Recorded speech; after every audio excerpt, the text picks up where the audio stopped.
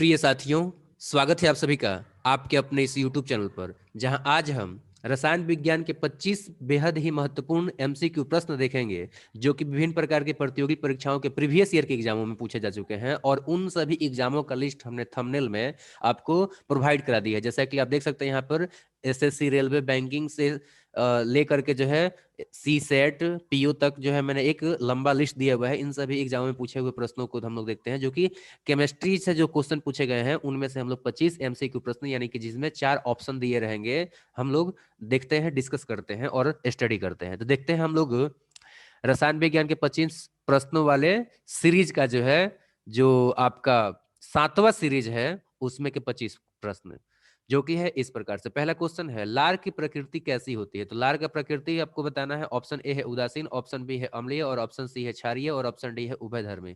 तो इसका जो करेक्ट आंसर हो जाएगा वो हो जाएगा ऑप्शन नंबर बी, यानी कि अम्लीय होता है। लार का जो पीएच वैल्यू होता है वो होता है आपका 6.8। देखिए ये आपका फिक्स नहीं है कि 6.8 ही होगा, ये आपका वेरी करता है। 6.8 से लेकर के जो है आपका ये 7.2 तक भी जा सकता है। तो ये आप लोग को ध्यान रखना है कि ये आपका जो होता है वो, इसका पीएच वैल्यू 6.8 होता है, और इस वजह से ये आपका आंसर हो जाएगा इसका जो है कि ये अम्लीय होता है। अब देखते हैं हम लोग अगला क्वेश्चन। तो अगला क्वेश्चन है, ऐसी वस्तु जिसकी पहचान मृदु एक्सरे यानी कि सॉफ्ट एक्सरे द्वारा हो सकती है। ऑप्शन ए है निषिद्ध माल, ऑप्शन बी है गोलियों में शीशा, और ऑप्शन सी है स्वापक, और ऑप्शन डी है नकली सिक्कों को असली सिक्के से अलग। तो ये आपका जो है ऑप्शन नंबर डी सही है। देखिए जो आपका सॉफ्ट एक्सरे होता है उसके जरिए हम लोग जो है नकली सिक्कों को जो है जो असली सिक्के होते हैं उनसे हम लोग पहचान कर सकते हैं। ठीक है, और यह भी ध्यान रखिए कि जो आपका एक्सरे होता है इसका जो है वेवलेंथ, वैसे तो एक्सरे का उपयोग हम लोग जो है जो कैंसर सेल होते हैं उनको खत्म करने के लिए भी करते हैं, और इसका जो वेवलेंथ होता है वो आपका 10⁻⁻10 से लेकर के ये जो है आपका 10⁻⁻8 मीटर तक होता है। तो ये इसका जो है वेवलेंथ आप लोगों को याद रखना है। ये क्या है? तो ये आपका जो है वेव लेंथ है। किसका वेवलेंथ है? तो ये आपका जो है एक्सरे का जो है वेवलेंथ है, मतलब एक्स जो किरणें होती है उनका ये वेवलेंथ है। तो ये सब बातें आप लोग ध्यान रखिए। और ये एक विद्युत चुंबकीय तरंग है, ये भी आप लोग ध्यान दीजिए। ये क्या है? तो विद्युत चुंबकीय आपका जो है, यहाँ पे लिख देता हूं, ये क्या है? तो ये जो है आपका विद्युत चुंबकीय तरंग है। ठीक है, ये आप लोगों को ध्यान रखना है। कैसा तरंग है? तो विद्युत चुंबकीय तरंग है। चलिए अब देखते हैं हम लोग अगला क्वेश्चन, जो कि है रेत पर, एक सेकेंड, हाँ चलिए। तो यहाँ पे अगला क्वेश्चन है कि रेत पर पद चिन्हों का सांचा ढालने के लिए सबसे अच्छी सामग्री है। ऑप्शन ए गलित यानी कि गला हुआ यानी कि मोल्टन सीसा, और ऑप्शन बी है सल्फर, ऑप्शन सी है पैराफिन मोम, और ऑप्शन डी है प्लास्टर ऑफ पेरिस POP। तो रेत पर पद चिन्हों को जो पद चिन्हों का जो सांचा ढाला जाता है उसके लिए जो सबसे अच्छा सामग्री होता है वो होता है आपका पैराफिन मोम। पैराफिन मोम का जो है आपका, आप लोग जानते हैं इसका यूज जो है आपका बहुत सारे जगहों पर किया जाता है। जैसे कि एग्जाम्पल में बात करेंगे तो इसका जो है दवा बनाने में भी यूज होता है। ठीक है, इसके अलावा पैराफिन यानी कि जो है मोम, मोम का मतलब क्या हो गया? ये आपका मोमबत्ती बनता है। तो अगला हो जाएगा मोमबत्ती, मोम बत्ती बनाने में किया जाता है इसका उपयोग। इसके अलावा बात करेंगे तो पोलिस बनाने में इसका उपयोग किया जाता है।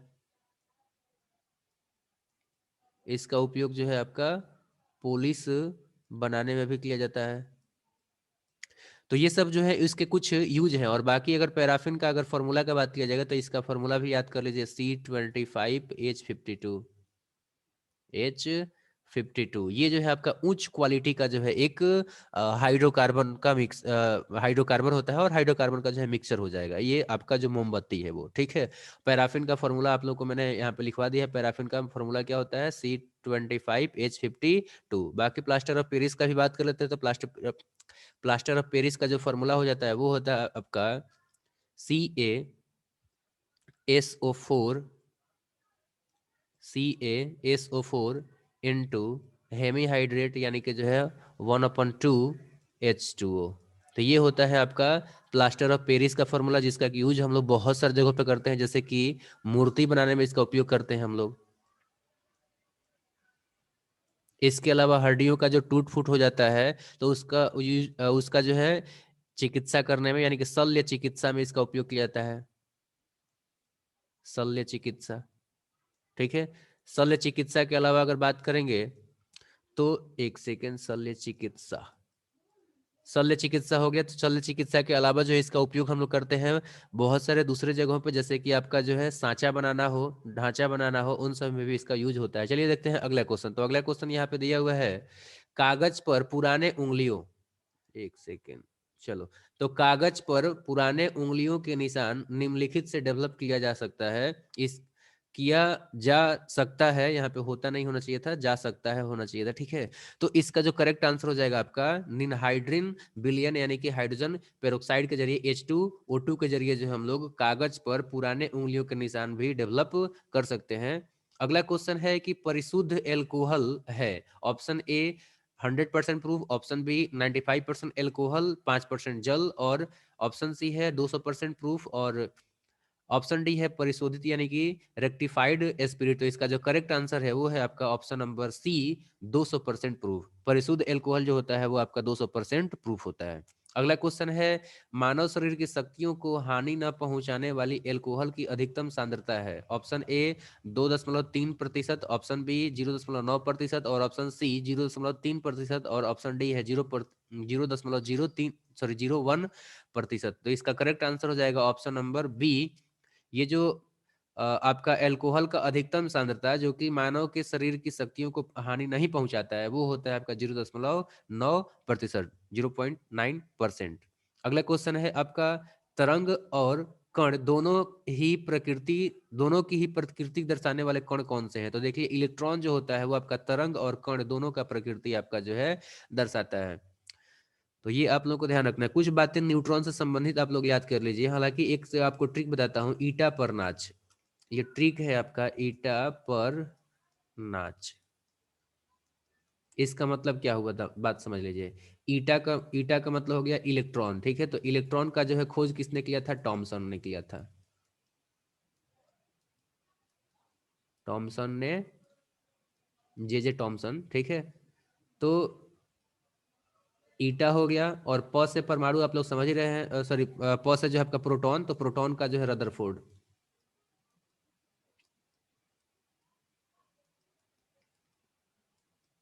रदरफोर्ड ने किया था। और नाच, तो ना है मतलब कि ये आपका हो गया न्यूट्रॉन, और न्यूट्रॉन का जो है खोज किसने किया है? तो न्यूट्रॉन का जो है आपका खोज किया है चैडविक ने। ठीक है, तो ये चौ का मतलब चैडविक। तो ये आप लोग जो है चीजें ध्यान रखेंगे। ठीक है, चैडविक। और बाकी तो ये जो है आपका अस्थाई कण हो गए। और ये ध्यान रखिएगा मेसोन जो होता है वो आपका अस्थाई यानी कि ये आपका जो है अस्थाई कण होता है। ठीक है, इसके बारे में यह ध्यान रखिए। तो ये सब चीजें आप लोग को ध्यान रखना। चलिए अगला क्वेश्चन देखते हैं। तो अगला क्वेश्चन है आपका, शरीर में अरक्तता यानी कि एनीमिया निम्नलिखित की कमी से होती है, तो ये जो है आपका लोहा के कमी से होता है, ऑप्शन नंबर डी सही है। अगला क्वेश्चन है, रिसर्पिन नामक दवा निम्नलिखित के उपचार में काम आती है, ऑप्शन ए है संधि शोथ यानी आर्थराइटिस के निवारण में, या फिर दूसरा है आपका पीड़ा निवारक में, और तीसरा है आपका उच्च दाब के घटाने में, या फिर अधिक धड़कन यानी हाई पल्पिटेशन को कम करने में। तो इसका करेक्ट आंसर हो जाएगा ऑप्शन नंबर सी, यानी कि उच्च रक्तदाब को घटाने में जो है रिसर्सिन नाम का दवा यूज किया जाता है। तो अब देखते हैं हम लोग अगला क्वेश्चन। तो अगला क्वेश्चन जो है 160 नंबर है,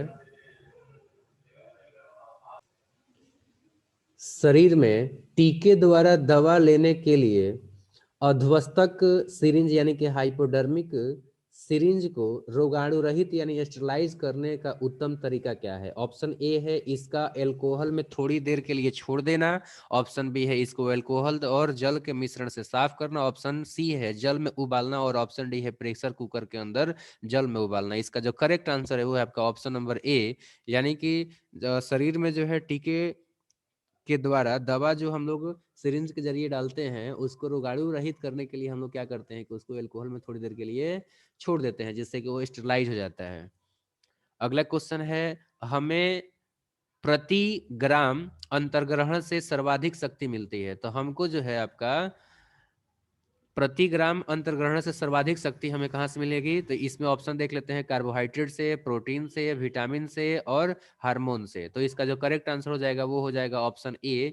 देखिए 1 ग्राम ये जो आपका कार्बोहाइड्रेट है इससे हमें मिलता है 4 कैलोरी ऊर्जा। ठीक है, तो ये आप लोगों को जो ध्यान रखना है, 4 कैलोरी ऊर्जा मिलता है हमको कार्बोहाइड्रेट से। अगर इसमें ऑप्शन रहता फैट का तो फैट से जो है आपका सर्वाधिक मिलता है। 1 ग्राम फैट जो होता है इससे हमें जो है 9 कैलोरी जो हमें ऊर्जा मिलता है, मतलब 9 कैलोरी आपका जो है एनर्जी मिलता है। ठीक है, 9 कैलोरी। ठीक है, तो ये ध्यान रखना है। चलिए आप देखते हैं अगला क्वेश्चन, तो जो कि है निम्नलिखित पदार्थों में से कौन सा कीटनाशक की तरह इस्तेमाल नहीं किया जा सकता है? ऑप्शन ए है डीडीटी, ऑप्शन बी है मैलाथियोन, ऑप्शन बी है गैमेक्स, ऑप्शन सी है गैमेक्सिन और ऑप्शन डी है ब्लीचिंग पाउडर। तो ब्लीचिंग पाउडर जो होता है वो आपका कीटनाशक के रूप में यूज नहीं किया जा सकता है। अगला क्वेश्चन है अभ्रक का मुख्य उपयोग कहाँ होता है? तो इसका जो है बिजली उद्योग में इसका मेनली उपयोग किया जाता है, चूंकि ये इंसुलेटर के रूप में काम करता है। अगला क्वेश्चन है ग्रामीण विद्युतीकरण तथा घरेलू खाना पकाने के लिए सबसे उपयुक्त और सस्ता साधन जो है कौन सा है? ऑप्शन ए है बायोगैस, ऑप्शन बी है परमाणु ऊर्जा, ऑप्शन सी है बिजली और ऑप्शन डी है पवन चक्की। इसका करेक्ट आंसर है आपका ऑप्शन नंबर ए। बायोगैस जो होता है वो काफी सस्ता और सही होता है ग्रामीण विद्युतीकरण के लिए और घरेलू खाना पकाने के लिए, दोनों के लिए ही। अगला क्वेश्चन है कि प्लास्टिक टेप रिकॉर्डर के टेपों पर लेपित किया जाने वाला जो पदार्थ होता है वो ऑप्शन ए जिंक ऑक्साइड होता है या ऑप्शन बी मैग्नीशियम ऑक्साइड होता है या फिर ऑप्शन सी लौह ऑक्साइड सल्फेट होता है या फिर ऑप्शन डी लौह ऑक्साइड होता है? तो इसका करेक्ट आंसर है आपका ऑप्शन नंबर डी, यानी कि लौह ऑक्साइड होता है प्लास्टिक टेप रिकॉर्डर के टेपों पर लिपिट किया जाने वाला पदार्थ। अगला क्वेश्चन है निम्नलिखित में साधारणतया इस्तेमाल होने वाली वस्तुओं में से कौन सा मिश्र धातु नहीं है? तो यहाँ पे क्वेश्चन ये पूछा हुआ है कि कौन सा जो है मिश्र धातु नहीं है जो कि हम लोग साधारण रूप से यूज करते हैं। ऑप्शन ए है इस्पात। इस्पात जो होता है वो आपका लोहा और कार्बन का मिक्स आपका जो है मिश्र धातु होता है। तो ये आपका लोहा प्लस कार्बन, तो ये आपका जो है मिश्र धातु है। ठीक है, तो ये आपका ऑप्शन सही नहीं होगा। दूसरा है पीतल। तो पीतल जो होता है ये आपका तांबा, ठीक है, और जस्ता इसका मिश्र धातु होता है। तो ये भी आपका ऑप्शन सही नहीं होगा क्योंकि ये भी मिश्र धातु है। इसके बाद है कांसा। तो ये है तांबा, ठीक है, और टीन, इन दोनों का मिश्र धातु, इसलिए ये भी आपका ऑप्शन सही नहीं हो जाएगा। तो सही आपका ऑप्शन हो जाएगा तांबा। तांबा जो होता है वो एक तत्व है, यानी कि ये मिश्र धातु नहीं है। ठीक है, तो इसलिए correct answer option number D. अगला क्वेश्चन देखेंगे जो कि है जल में वाशिंग सोडा का घोल कहलाता है क्या? ऑप्शन ए क्षारीय, ऑप्शन बी आपका उदासीन और ऑप्शन सी है अम्लीय और ऑप्शन डी है विरंजक। तो इसका जो करेक्ट आंसर हो जाएगा वो हो जाएगा ऑप्शन नंबर ए, यानी कि जो है जल में जो वाशिंग सोडा का घोल होता है घुला हुआ, वो आपका जो है क्षारीय होता है, क्षारीय प्रकृति का होता है। अगला क्वेश्चन है निम्नलिखित पदार्थों में से विस्फोटक के रूप में काम आने वाला पदार्थ क्या है? तो ऑप्शन है डीडीटी, ऑप्शन बी है ओजोन, ऑप्शन सी है टीएनटी और ऑप्शन डी है पैरासीटामोल। तो इसका करेक्ट आंसर हो जाएगा ऑप्शन नंबर सी टीएनटी। और टीएनटी का फुल फॉर्म क्या होता है? तो ये भी आप लोग याद रखिए कि टीएनटी का फुल फॉर्म जो है आपका, एक सेकेंड रुक जाइए।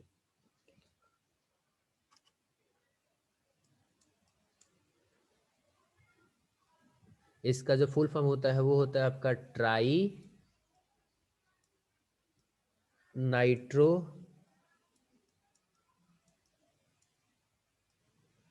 ट्यूलिन।